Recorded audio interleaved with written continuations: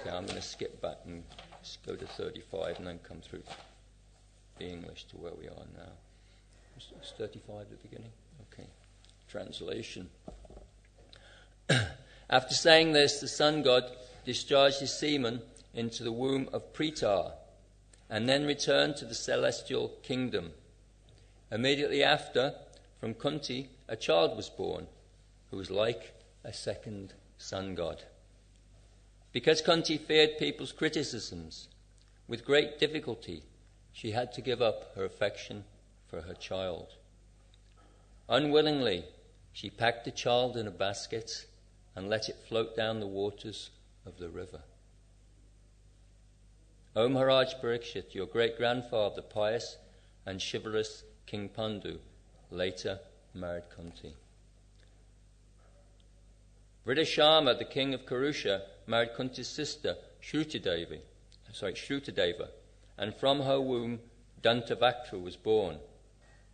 Having been cursed by the sages, headed by Sanaka, Dantavakra had formerly been born as the son of Diti, named Hiranyaksha. King Drishtaketu, the king of Kaikeyi, married Shrutakirti, another sister of Kunti's. Shrutakirti had 5 sons, headed by Santadana. Through the womb of Rajadi Devi, another sister of Kunti's, Jayasena begat 2 sons, named Vinda and Anuvinda. Similarly, the king of the Chedi state married Shrutashravar. This king's name was Damagosh. The son of Shrutashravar was Shishupal, whose birth has already been described in the 7th canto of Srimad Bhagavatam. Vasudev's brother, named Devabhaga, had 2 sons born of his wife Kamsa. These 2 sons were Chitraketu and Brihadbala. Vasudev's brother, named Devashravar, married Kamsavati, by whom he begot 2 sons named Suvira and Nishuman. Kanka, by his wife Kankar, begot 3 sons named Baka, Satyajit and Purujit. King Srinjaya, by his wife Rastrapalika, begot sons headed by Vrisha and Dumarshana. King Shamataka, by his wife Surabhumi, begot 2 sons named Harikesh and Hiranyaksha. Thereafter, King Vatsaka, by the womb of his wife Mitrakeshi, who was an Apsara, begot sons headed by Vrika. Vrika, by his wife Duvakshi, begot Taksha, Pushkar, Shala, and so on. From Samika, by the womb of his wife Sudamani, came Sumitra, Arjunapala, and other sons. King Anyaka, by his wife Kanika, begot 2 sons named Ritadama and Jaya. Devaki, Paravi, Rahini, Bhadra, Madira, Rochana, Ela, and others were all wives of Anakadundabi, Vasudev. Among them all, Devaki was the chief. Vasudev, by the womb of his wife Rahini, begot sons such as Bala, Gada, Sharana, Durmada, Vipula, Dhruva, Krita, and others. From the womb of Paravi came 12 sons, including Bhuta, Subhadra, Bhadrabahu, Durmada, and Bhadra, Nanda, Upananda, Kritaka, Sura, and others were born from the womb of Madera. Bhadra, Kashalya gave birth to only 1 son named Keshi. Vasudev. I suppose this is interesting if someone's just had a son or daughter and they're trying to think of a name for their kids, right? Then they'll really be paying attention, right? Vasudev, by another of his wives, whose name was Rochana, begot Hasta, Hemangada, and other sons. And by his wife named Ela, he begat sons headed by Uruvalka, all of whom were chief personalities in the dynasty of Yadu. From the womb of Dristadeva came the wives of Anyakadundabi, Vasudev. Came a son named Viprisha, the son of Shantidev, another wife of Vasudev.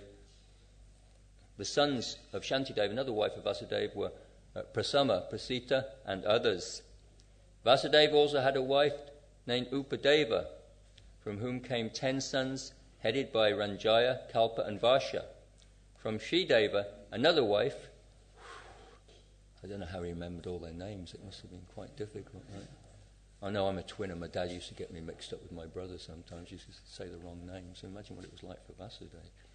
From Srideva, another wife, came 6 sons, such as Vasu, Hansa, and Suvangsa. By the semen of Vasudeva in the womb of Devakshita, 9 sons were born, headed by Gadar. Vasudeva, who was religion personified, also had a wife named Sahadeva, by whose womb he begot 8 sons, headed by Shruta and Pravara. And now today's verse.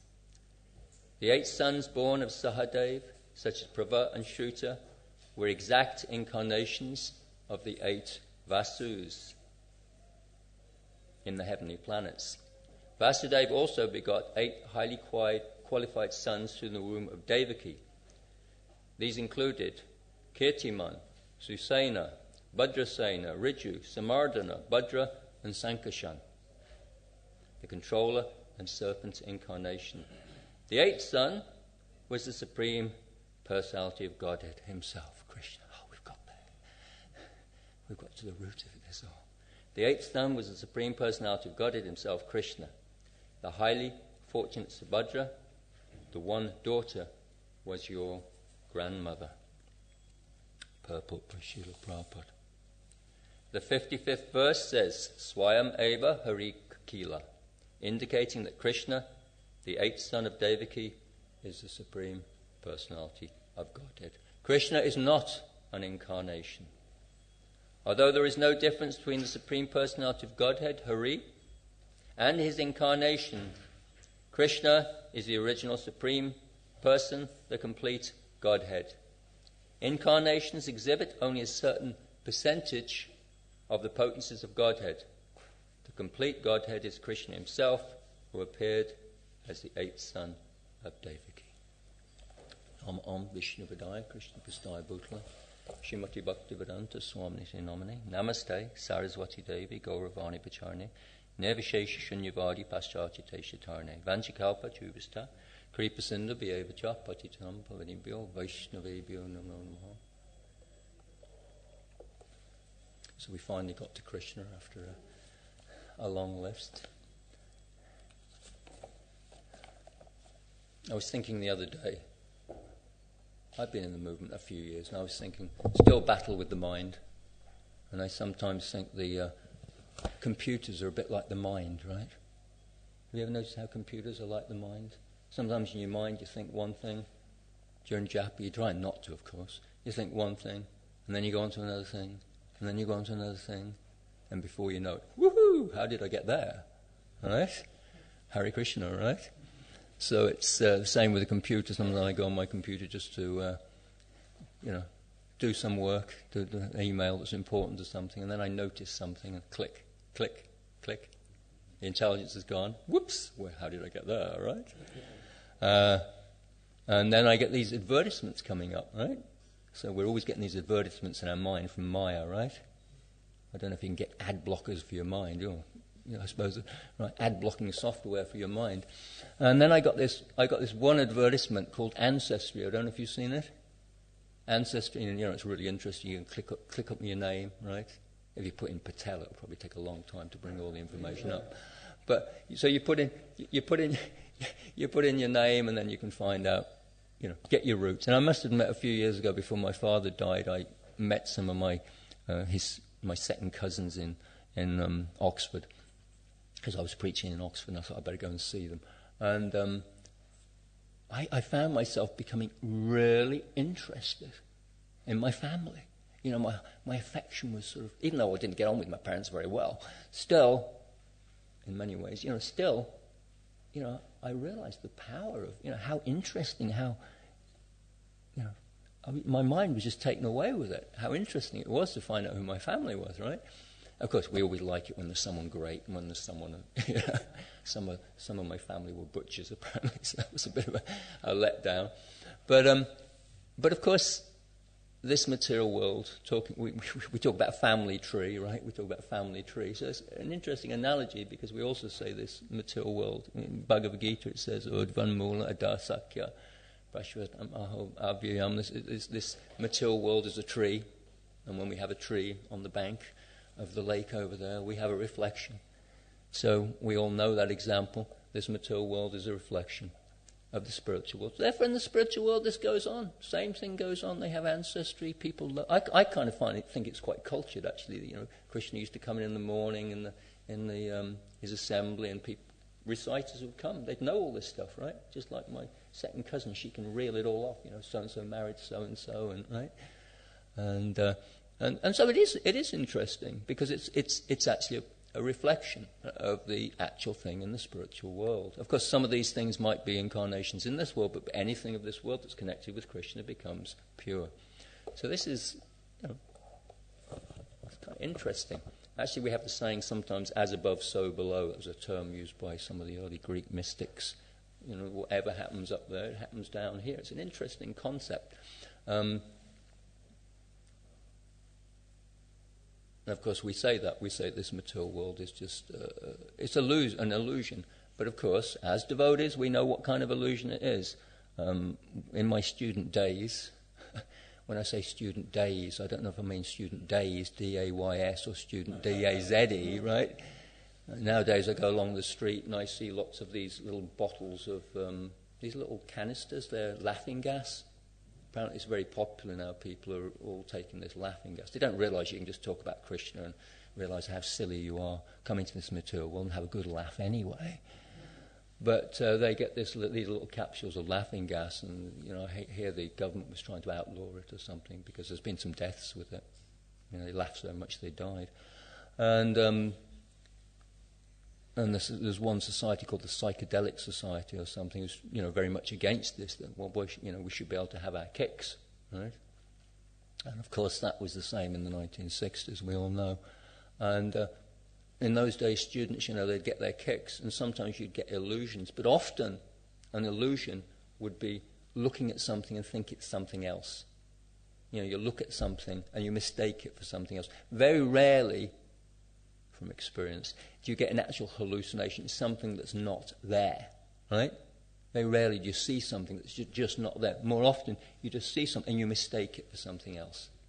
Even if you have a complete hallucination and see something that's just not there, right? It's still based on something. It has to be based on something. So it's not, it can't be a complete imagination. You have a dream, it's always based on something you've seen during the day or something. So that's the point, and the illusion of this material world has to be based on something, and that's where the Mayavadis fall down, because they cannot explain where the illusion comes from. If that's a cop-out, if someone just says, how can you explain this material world? It's just a hallucination. Well, where's the hallucination? Well, I can't tell you, it's just a hallucination. Cop-out. It's rubbish. It means you don't know, right? Quite simple. Quite simple. You just don't know. Let's get intelligent about this, right? So it's interesting, this idea that we can actually learn about Krishna from ourselves. Oh, you might say, hold on a minute. Does that mean we can start speculating like mad? No. We do receive knowledge from above. But once we've got that knowledge, then we can apply that knowledge by looking at ourselves. Just like I go into schools and with little kids, one of the first things I say is, I get in trouble with the teachers for this, but one thing I go and say, hey kids, did you know? Of course we're teaching Hindus and it's under their studies of Hinduism, but you know what we're really talking about, right? So, because we're talking about purified Hindus, and Prabhupada uses the word Hindu Dharma in one place, more than one place. So I say to the children, hey kids, do you know that we say that God's naughty? And, their faces light up, especially the boys, us boys are like, right? Immediately, their faces light up, and the teachers are looking a little bit worried, of course, right? What's this guy saying? And then I go on and explain. Let's get the whole. I go and explain that when Krishna's naughty, it's not actually naughty. It's for our benefit. I say Hari. He's mentioned Hari when he steals our problems, right? Right? So how could you see how Krishna, how attractive Krishna, a little baby came, and just at the end when I was singing, my mind was like that, right? I don't know if you saw him as a little baby like this with Brajarani. My mind was like that, right? I wish I was the same with Krishna, right? As soon as you see a little child, immediately it's attractive, right? So it's quite simple. Kids know they love to be naughty, right? And they hear God's naughty, that's attractive. So we can learn from ourselves, right? Krishna anyone here ever had a tantrum because they didn't get enough prasadam? I hope you didn't break a butter pot. Krishna did that, right? It's so simple. But you can't understand unless you've got that knowledge. We must take that knowledge, otherwise we project. But once we've got that knowledge, we can look at our lives and we can understand a lot about Krishna. Who doesn't want to be, we all want to be the center of attention, right? We know Krishna's the center of attention. Right? We all want to be the center of attention, but we know that gets us in trouble. Of course, we can get real relationships, but if we try too much to get the center of attention, we get in trouble. Because Krishna gets in trouble as well, actually, but he's got a right to be the center of attention. He can have an ego. His ego is he does everything. So this material world's counterfeit. And of course it says also that this tree, we need to cut off this tree of attachment to this material world. That's the hard bit, because the easy bits we have to get attached to Krishna. But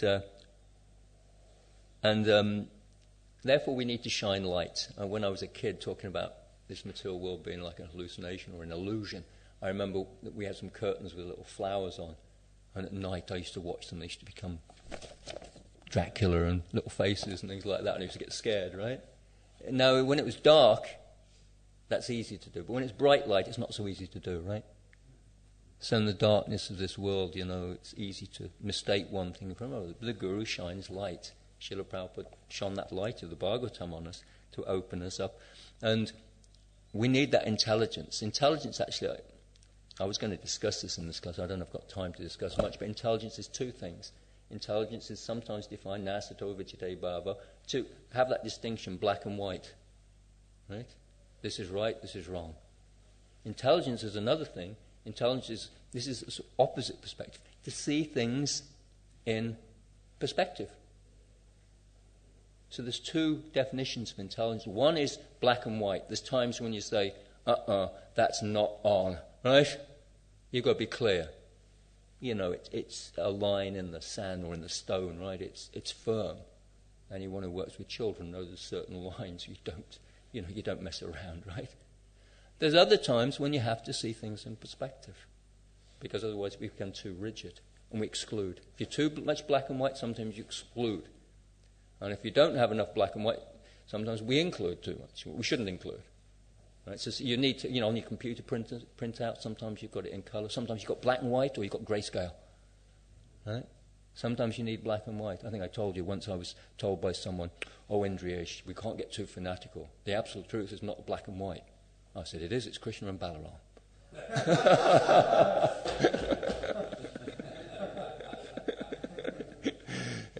That was on Balaram's appearance day as well. So sometimes the truth is black and white.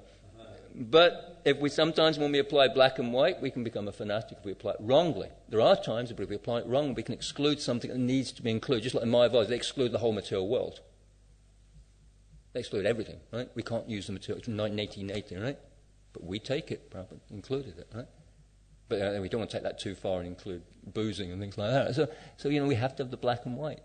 Sometimes we have to reject. Sometimes we have to see just like, I've said this before, three modes of material nature. Many times we're saying, we shouldn't, even the mode of goodness is terrible. We've got to transcend the mode of goodness. Well, come on. I'd rather be in the mode of goodness if you thank you very much, right? I know I have to transcend it, but I'm quite, if I can get a bit of mode of goodness, I'm doing really good, right? So, when you're at the top of the mountain, everything is down. But we're not at the top of the mountain. We're not at the top of the mountain. So we have to see where we are on the mountain. Above us, above the shades, the 5 million shades of grey, right? So we have to see where we are and use those two types of intelligence appropriately. And it sort of comes up with these things, with this subject of incarnations. Also kirtan, like Srila Prabhupada said, there's no hard and fast rules. But at the same time, when I was at the schools, we had to chant Jai Shri Krishna and preferably Prabhupada's pranams as well, but not necessarily for a shorter time, but at least Jai Shri Krishna. Because if you don't sing Jai Shri Krishna, you don't get the mercy. It's not kirtan. It's not kirtan. You can't jump over. You've got to go through Lord Chaitanya. So we don't just start chanting, there's no hard and fast rules at the same time. There are hard, right? You have to see from two different, it means you can chant here, chant there, right? Chant at work, but at the same time. So we have to be able to see. We have to sort out the wheat from the chaff, be black and white, but sometimes we also have to think and look at the categories. Also, I was going to mention in this slightly different subject, but language. I want to come on the subject of language because there's two aspects on this. One aspect is we do not have to be a Sanskrit scholar, like the Mayavadis say, right? Unless you're a Sanskrit scholar and born in a Brahmin family, no hope, you're all excommunicated, right? So, Srila Prabhupada very clearly says, no, you don't have to use Sanskrit. He gives that example. If the house is on fire, you get the message, right? You're on top of the roof. Doesn't matter which country you're in. The people down below get the message. Help! Right? Right? And the fire brigade comes, right? I'm sure in whatever temple you go to, even if the people don't speak English and you're hungry, you'll get the message you want prasad, right? Right? When you've got the heart, when you speak with the mind, the mouth, the ears hear. When you speak with the heart hears, right? When you speak with the heart hears. You'll get a message across. Srila Prabhupada says bhakti is not dependent on the language. However, that doesn't mean the language isn't useful. Just like bhakti is not dependent on gyan, it's not on chaga, renunciation, knowledge, but in the beginning it's necessary. So in the same way, it might not depend on language, but language is important. And it's actually said amongst scholars and psychologists and people, educationalists, that the more vocabulary a person has, the more mature they are, more self-developed they are, the more they have to handle themselves in this world. Because you get to the fine nuances of life. You have language, just like we have many words for, the same word, but there's lots of variations, right? Like nowadays, it used to be that we said, we used to use different words, didn't we? Didn't we? Aren't we? Can't we? Now it's all been replaced with in it. Right? Instead of saying we had a nice kirtan, didn't we? We said we had a nice kirtan in it. Right? Now it's wrong to say in it, in it. Oh, sorry. I just said in it, in it, in it. All right. Didn't I? All right. So many people are concerned about this, and it might be we're getting a little pompous and we're getting a little critical, but in one sense, there's some truth in it, because we're not thinking in it. We're not thinking about what we're saying. We're not aware. We're not conscious. We're not conscious. And it's interesting, when I went to school, it was a grammar school, right? The first thing you learn is grammar. Same in the Vedic culture. First thing you learn, was one of the ceremonies, is when you write your first letters, right? It's one of the samskaras. Sanskrit is important. Bhakti is not dependent, but your language is important. The way we communicate is important. Using words is important.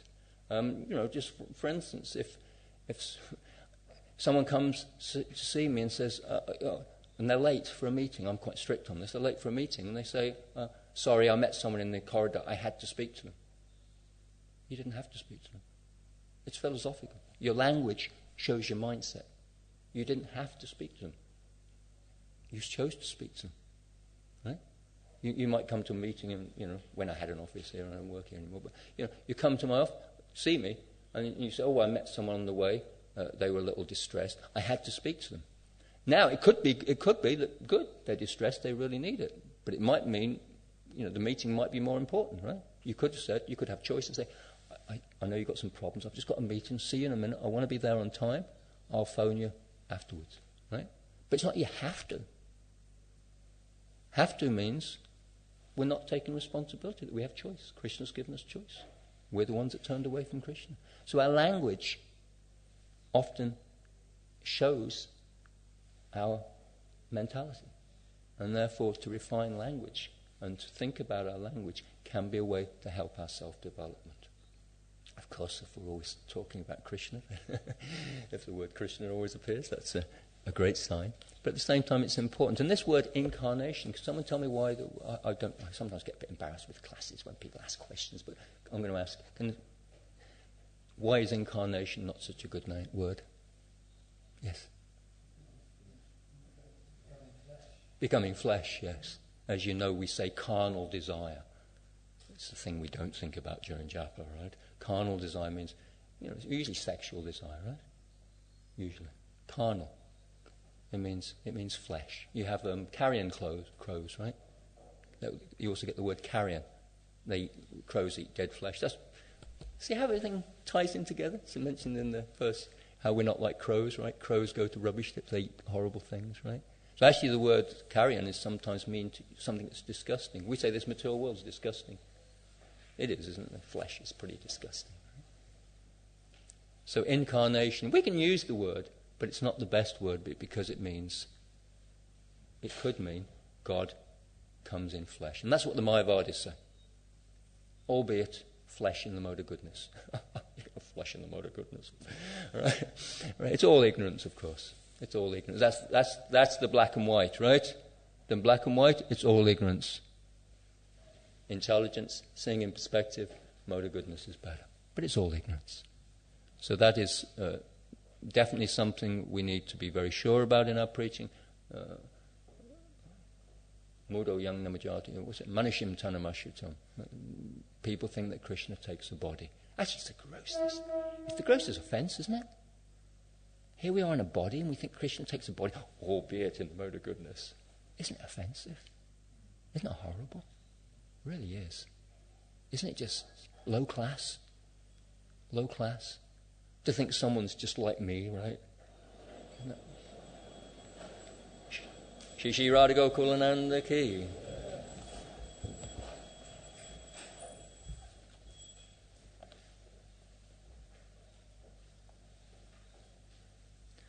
So the word we prefer, Krishna's looking great today, isn't he?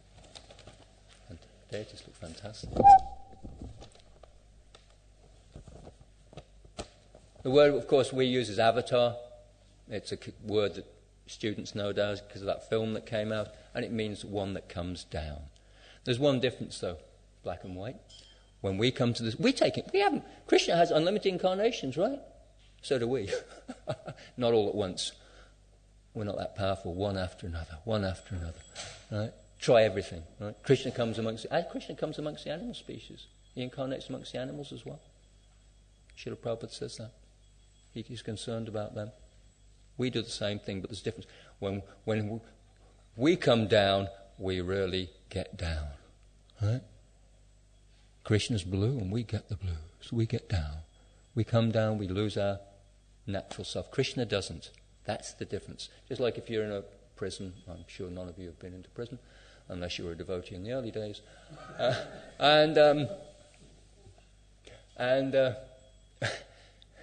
I was just remembering this morning when I was arrested on Oxford Street. I did a runner and the policeman, the rugby tackled me in Oxford Street. All for Krishna. All for Krishna. So, sometimes when someone's in prison, and in the old Vedic system, of course, you had a king. So the king comes in. As a king, he's telling people you must be punished. But as a king, he also comes to the prison and tries to rectify the prisoners. So someone sees him coming in. The prisoner sees the king coming and says, hello, mate, what are you in for then? In it. What are you in for then? What have you done wrong? Right? Naturally, the prisoner thinks, Atmavan Manyate Jagat. He thinks that guy's done something wrong. But the king can give me the keys, I can go in, I can go out. And he's got his real life. But he can still come into the prison. So just because someone's great doesn't mean they can't show less of themselves, right? Even Rama went and dressed as a common man so he could go amongst the kingdom and see what people were saying, right? So a millionaire can also become a guy with just a couple of quid, right? It's not limited. Krishna comes as us. We're a part of Krishna. Krishna's the greatest, he comes as the smallest as well. So that's the analogy that Srila Prabhupada gives. And of course another point is that we can learn from this. It's quite interesting. In education, They sometimes say that you should, whatever you're teaching, not only should you teach it, but that teaching should inform the way you teach. Right? It's not just we got teachings and we teach them, but those teachings inform the way we teach, the way we get the message across. And what does Krishna do? Krishna comes down. And I've mentioned this before, when I go with small children, I get down with them. I don't stand above them. What's it like being a kid and all these adults, looking over you? Right? Right? We do the same in religion, a big God standing over us, no? No, I get down with them. I get into their world. I find out, when we preach to people, find out who they are, what they like. I'm not just out of I'm better than them, I'm fooling them, I'm tricking them. Genuinely learn about people. Find out about their lives.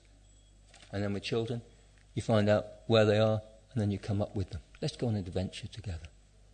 Right? So when we're preaching, we need to know where people are at, and then come on a journey, bring them up. Get down with them, walk amongst them. Of course, in one sense, we can't get too close. Right? Just like when we're with children, right? I've seen people when they're preaching with children, then they become like little kids and they've lost it, right? You ever seen devotees do that? They're preaching sometimes and they just completely lose it. All the boundaries are gone. The adult has to be there, right? There's certain things you can't do with children, inappropriate. The adult has to be there. So Krishna's the same, right?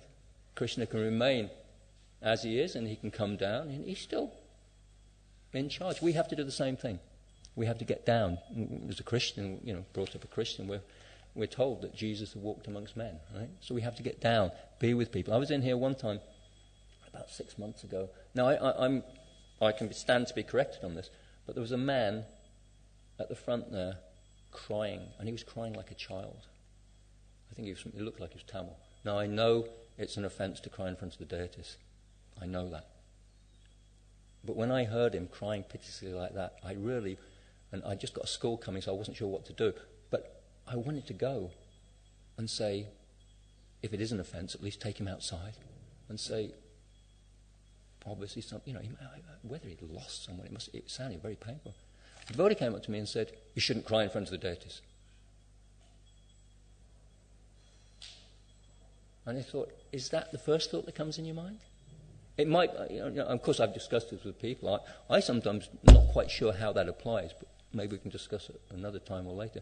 But my thought is, what's the real important thing? That person is suffering. When a child is suffering, you go and sit next to them. Even if they don't want to speak, you sit next to them. You be with them. They might not want to speak. You be with them. And you know what happens? Even if they're angry or they're upset, after a little while, they'll open up. So we have to be with people. They won't open unless they open their, unless we make a connection with them. We're not going to be able to preach. So we have to be with people. We learn that from Krishna, that Krishna comes down to us. At the same time, we mustn't lose our potency. Right? We have to be careful when we're preaching, right? When I've been to schools, I've even been down the bar afterwards, right? I made a couple of programs as well, right? I went down the bar and people said, do you want to come for a drink? I said, no, just an orange juice, please. And, so I went down and I made some preaching programs. Because after half an hour, when it was getting a little wild, I left, right? It wasn't exactly Balaram drinking Varuni. So Srila Prabhupada, actually, what do we learn? What's Krishna's Paritanaya Sadhunam? Two things. He comes down as an incarnation to rescue the devotees. That's the main thing. And as a sideline, he kills a few demons. Srila Prabhupada says, when you go shopping, you're going shopping, you want to buy something in the market. While you're there, you see something else, you think, I'll get it at the same time. Right? It's not your main thing. So Krishna's main thing is to save the devotees, and he kills the demons. And Srila Prabhupada says in this connection, this point is being made. When he comes in incarnations, he only has the potency that's necessary at the time. Again, just like if you go into a preaching program, the people are not really that bright. Don't start giving high philosophy. You just give prasadam. You only display what's necessary. So Krishna only displays what's necessary in the different incarnations. Therefore, let's see if I can remember this. Maybe you can help me. He comes, fame. How does Krishna display his fame? As Rama. And isn't that true? Most of the children in this country know about Rama and Sita. So he comes, and also, not so sure about this one, is Dhanvantari. Dhanvantari is also, Ayurveda is becoming pretty famous, right? Dhanvantari is also showing God's fame. Knowledge, he comes as, who is it? Dattatreya, Matsya, 4 Kumaras, and Kapila. Strength, Parashuram, and Nrsingadev. Power, right? So he shows his power. As someone that can bring out faith in people, Buddha, Varahadev, Narada Muni, empowered incarnation. Those are something we have to try and do, right? To install faith in people in Krishna. And how did Varaha do it? He got down, right? He got down. Lifted the earth from a mucky place. Right? Of course, it's like a lotus. A lotus leaf doesn't get wet in the water, right? It stays above the water. So we have to be able to stay above. But we have to still go down.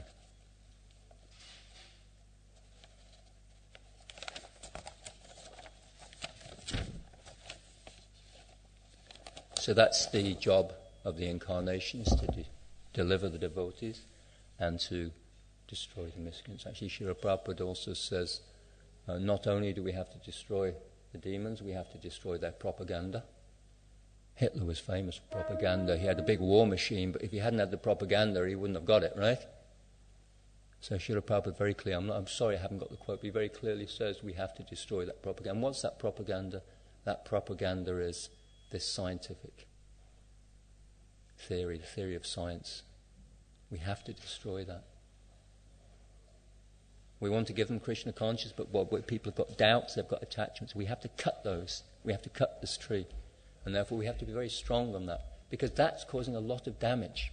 I don't know if anyone saw, there was a beautiful video I saw yesterday about, I don't know if it was the devotees in, I don't know if it was Hungary or Budapest or something, they were chanting to the migrants, children. Has anyone seen that?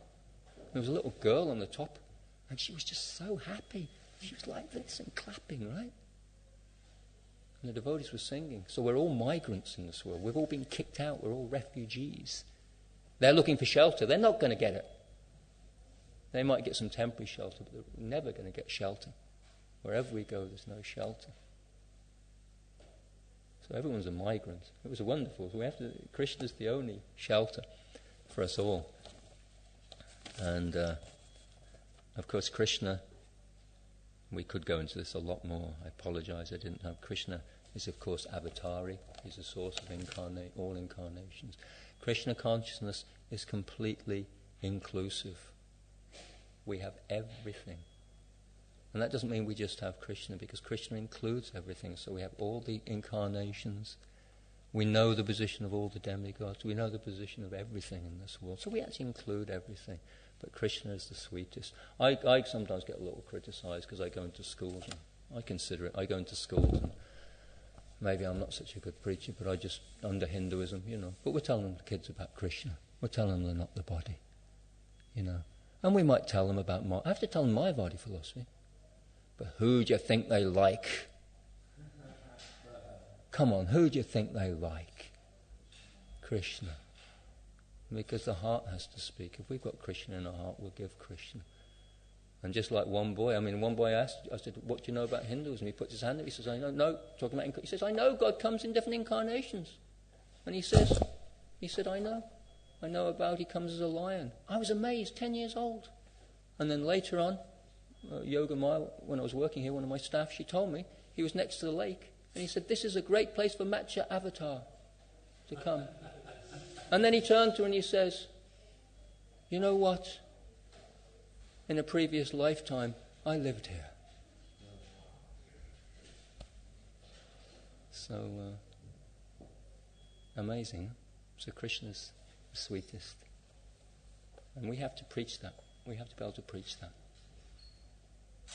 They accuse us, you're being, you're not inclusive. You're cutting out others. We're not. Krishna includes everyone else. If you make everything equal, you're missing something out. You're missing the hierarchy. We have both. We say everyone's equal, we can all be equal to God, we say, but we also say, if you want to be complete, you have to include the hierarchy. And Krishna's the greatest because he includes everything, including his sweetness, which attracts everyone, which is being given by Lord Chaitanya. Accessible. Any questions, please? Prabhu. Yeah. How do we explain Lord Chaitanya?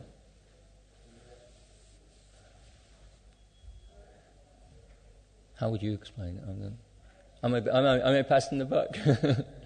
we understand that we can't get Krishna except through Lord Chaitanya in this age. Not possible.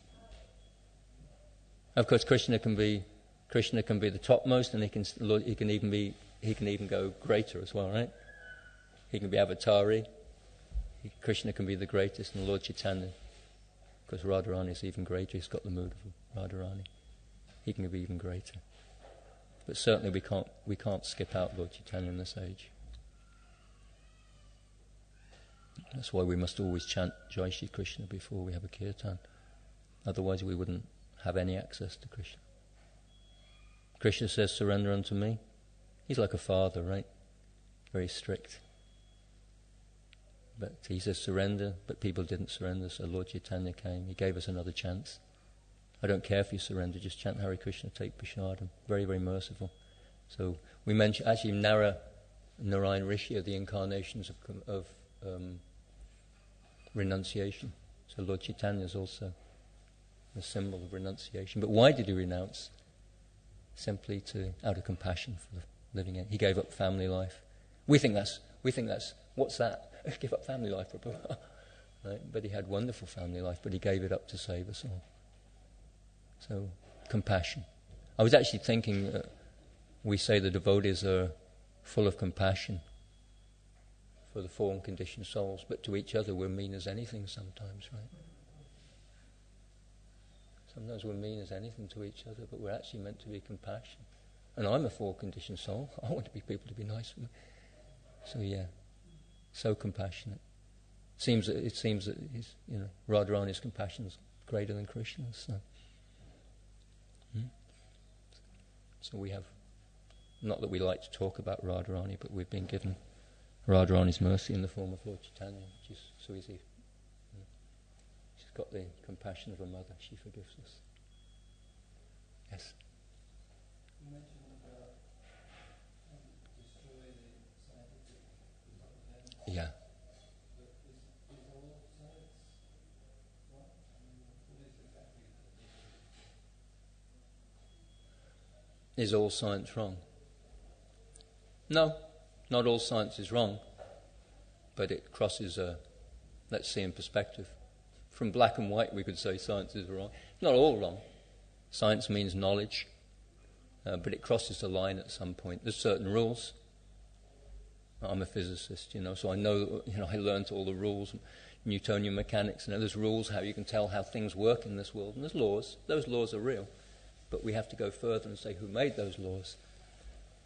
So again, it's like the king. If the king comes to the prison, you think that king is bound by the laws, you're wrong. The king's not coming to the prison bound by the laws. He can make the laws. It doesn't mean he doesn't have laws. It doesn't mean he's an anarchist. Some people think God's, especially, the old festival goers think Krishna's an anarchist. No, he has laws, but he can be an anarchist as well. So where science falls down is there's a person that makes the laws, and if there's a person that makes the laws, he can break those laws. Not only that, he's got more subtle laws called karma, and he can break the laws. Right? So the scientists failed to see the subtle laws, and they failed to see that Krishna is not bound by there's someone that's not bound by those. He makes the laws, but he can break those laws. Those laws don't come from nothing, just as in the laws in society don't come about by chance. In fact, anyone who studies law is quite difficult. It takes great intelligence and wisdom. So we're not against science, but we are against science when it says, and sometimes they say that. They say, I remember Sadhuputta Prabhu saying that, late Sadhuputta, a great loss when he left. He said many scientific he went to one scientific conference, I think it happens in many. He says the first thing is, we're not going to talk about God in this conference, right? So God's a priori, I think they say in science. We've cut out God from the very beginning. So if we're going to explore, we need to explore. If we want to know the truth, we've got to be able to look up like children and explore this world and be open. The thing we cut out is falsity. The thing we cut out is falsity. But it seems that science is bringing in a lot of falsity, and we have to be able to defeat that. Unfortunately, the church if I can say this, the church appears not to have been able to, very strongly appears not to be able to defeat science. Certain weaknesses inherent there somewhere. So much of the scientific propaganda is, sort of against God as it's given in the church. So we have to give I'm sure it's there amongst some Christians. I'm sure they have that philosophy. It appears they've not managed to keep Maya at bay. So we have to intelligently and thoughtfully. Not easy. I was a scientist before I joined. I was a physicist, and it was painful to try and question my doubts. Even now, sometimes I have to think about things and go through those. So we should be careful. Your point's good. We should not just deny science. We don't deny things. We go to where they're at. We say, yes, there's laws, but who made those laws? And there's simple questions like, I watched that film recently. Sorry to keep you on this picture. I watched that film about Stephen Hawking. There's a theory of everything. And there was a man who was trying to make a theory. He was trying to bring together relativity and quantum theory, which are quite there's two main theories in science, and they're quite opposite to each other. A bit like black and white, and they're a bit like the black and white. Intelligence is black and white, and intelligence is also in perspective. They're actually very similar. There's two theories that are almost based on that principle, and they can't be brought together. And he was trying to make a theory of everything. And I don't want to be too critical, but he couldn't stop his own disease. His body was completely different. He couldn't stop that. He couldn't stop them because his wife spent a lot of their marriage telling him he's not God. Right? So what has science, when you look, it's powerless. It's completely destroyed the world. There might be a few benefits, but you look at the mess of the world now. Terrible. In all aspects. The way we grow our food, it's got no value. We just stuff ourselves with chemicals because the food's no good. It's a great destruction, actually. And we might not be able to stop technology, but we have to at least show that it can be used for Krishna service. All right. Thank you. Thank you very much for your attention. And I hope that's some help with preaching, because I sometimes look at the world and think it's nasty. We need to get enough time for our spiritual things and a little bit of salt for our sense gratification, but we shouldn't really be messing around, right? We should just be trying to give Krishna consciousness. It's a desperate situation. We need to be focused on trying to give Krishna to everyone. Thank you very much. Srila Prabhupada ki.